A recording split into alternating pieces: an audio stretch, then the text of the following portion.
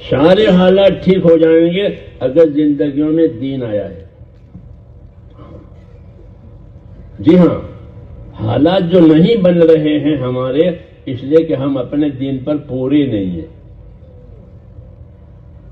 حکم ہے ہم کو، یا ایھا الذین آمنوا ادخلوا فی السلم کافہ، اے ایمان والو اسلام میں اور دین میں پورے پورے آ جاؤ. ایک ٹانگ باہر ایک ٹانگ اندر ایسا مت کرو. کچھ عمل کیے کچھ عمل چھوڑ دیے، ایسا مت کرو. ادخلوا فی السلم کافہ، اپنے دین میں اپنے اسلام میں پورے پورے آ جاؤ، نیت کے ساتھ، صحیح عمل کے ساتھ، ترتیب کے ساتھ، استقامت کے ساتھ. یہ مطلب ہے پورے داخل ہونے کا. سمجھ میں آئی نا بات؟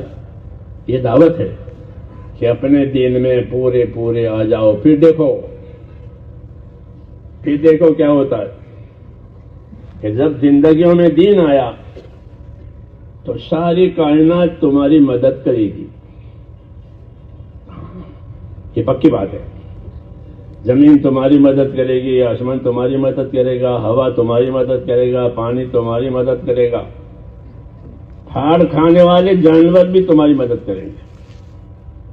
یہ صحابہ کے کیسے پڑھتے ہیں کہ جنگلوں میں، جی ہاں، کہ صحابہ کی جماعتیں جنگل سے جا رہی تھی، ایک ساتھی رہ گیا پیچھے، تو جماعت کا قافلہ تو الگ ہے الگ ہے، اب اس کو راستہ نہیں معلوم ہے. شیر آیا، جنگل کا راجا. شیر کے معنی کیا؟ جنگل کا راجا.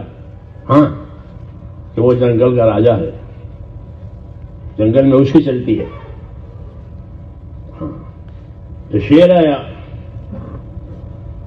صحابی نے اس سے کہا کہ میں راستہ بھول گیا ہوں، میرے ساتھیوں سے بچھڑ گیا ہوں، مجھے راستہ بتا. تو وہ آگے آگے چلا، یہ پیچھے پیچھے چلے، یہاں تک کہ وہ قافلے سے ملا دیا. اس نے جب قافلے سے مل گیا تو اس نے ایک آواز نکالی شیر نے. تو صحابی میں سمجھ گیا کہ واپسی کے لیے کہہ رہا کہ میں جا رہا ہوں،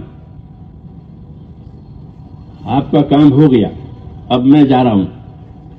چنا پھر وہ چلا گیا. یہ تو ایک ہی قصہ ہے. اللہ تعالیٰ جو ہے جب بندے اس کے حکموں کے پابند ہو جاتے ہیں تو تمام مخلوق کو اللہ تعالیٰ اس کے نفع میں لگاتے ہیں. جب بندے اللہ تعالیٰ کے حکموں کے پابند ہو گئے تو اللہ اپنی مخلوق کو اس کے نفع میں لگاتے ہیں.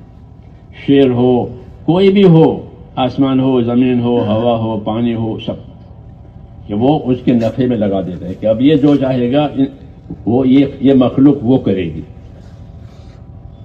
میں نے سب سے پہلے جب جماعت میں وقت لگایا تھا 1958 کی بات ہے، وہ چلہ لگا تھا میرا. تو چلہ پورا کر کے میں نظام الدین گیا. حضرت مولانا یوسف رحمۃ اللہ علیہ زندہ تھے. میری تبلیغ میں لگنے کے 7 سال کے بعد ان کا انتقال ہوا ہے. تو وہ قصہ بیان کر رہے تھے ابی ابن کعب کا. وہ مجھے یاد ہے کہ وہ پہلی مرتبہ میں ملاقات ہوئی، پہلی مرتبہ سنا. حضرت مولانا نے بہت شفقت فرمائی ہماری حاضری پر. جی ہاں، تو وہ قصہ سنا رہے تھے اللہ کی مددوں کا، حالات کے بنانے کا.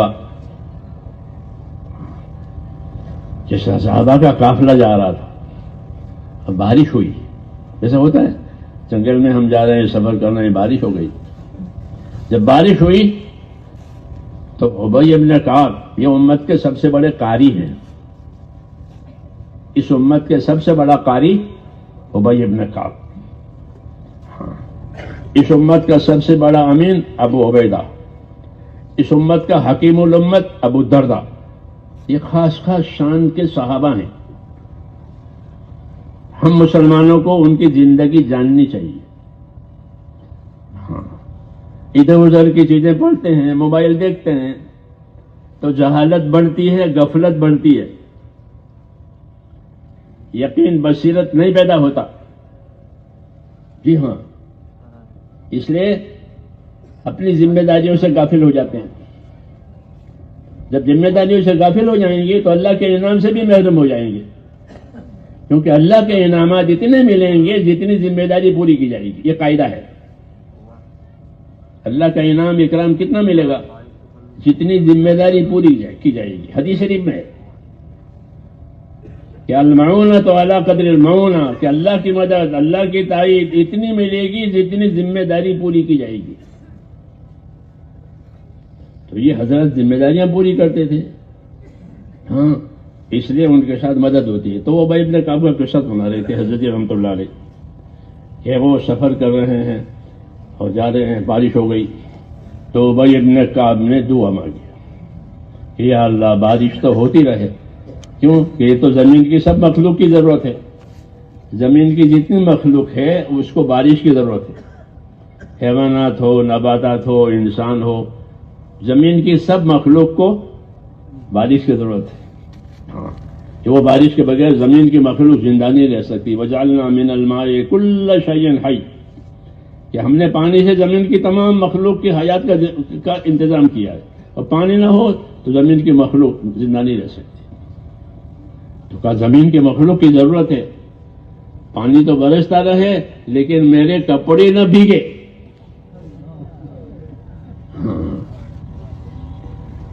یہ کہا کہ اللہ میرا پوشاک، میرا کپڑا نہ بھیگے، یہ دعا مانگی۔ جب قافلہ منزل پر پہنچ گیا تو سب بھیگے ہوئے تھے، یہ کورے تھے، ان کا پوشاک کورا۔ تو حضرت عمر نے پوچھا کہ وہ بھائی یہ کیا بات ہوئی کہ تم کورے ہو، تمہارے کپڑے نہیں بھیگے، ہم سب بھیگے ہوئے ہیں؟ انہوں نے کہا میں نے اپنے پروردگار سے دعا مانگی تھی، میں نے اپنے پروردگار سے دعا مانگی تھی کہ میرا پوشاک، میرا کپڑا نہ بھیگے، ہاں، تو وہ دعا قبول ہو گئی۔ یہ قصہ سنا رہے تھے، جی ہاں، پہلی ملاقات۔ اس قصے میں کیا بات ہے؟ اس قصے میں یہ بات ہے کہ اللہ اپنی قدرت سے جو چاہے کرے، کہ بارش برساوے اور بھیگنے نہ دے، جسے آگ میں ڈالے جلنے نہ دے، یہ قدرت ہے، یہ قدرت ہے کہ ابراہیم علیہ السلام کو آگ میں ڈالا گیا اور وہ جلے نہیں۔ ایک تابعی کو لوگوں نے آگ میں ڈالا تھا، وہ بھی نہیں جلے۔ یہ اللہ کی قدرت کہلاتی ہے۔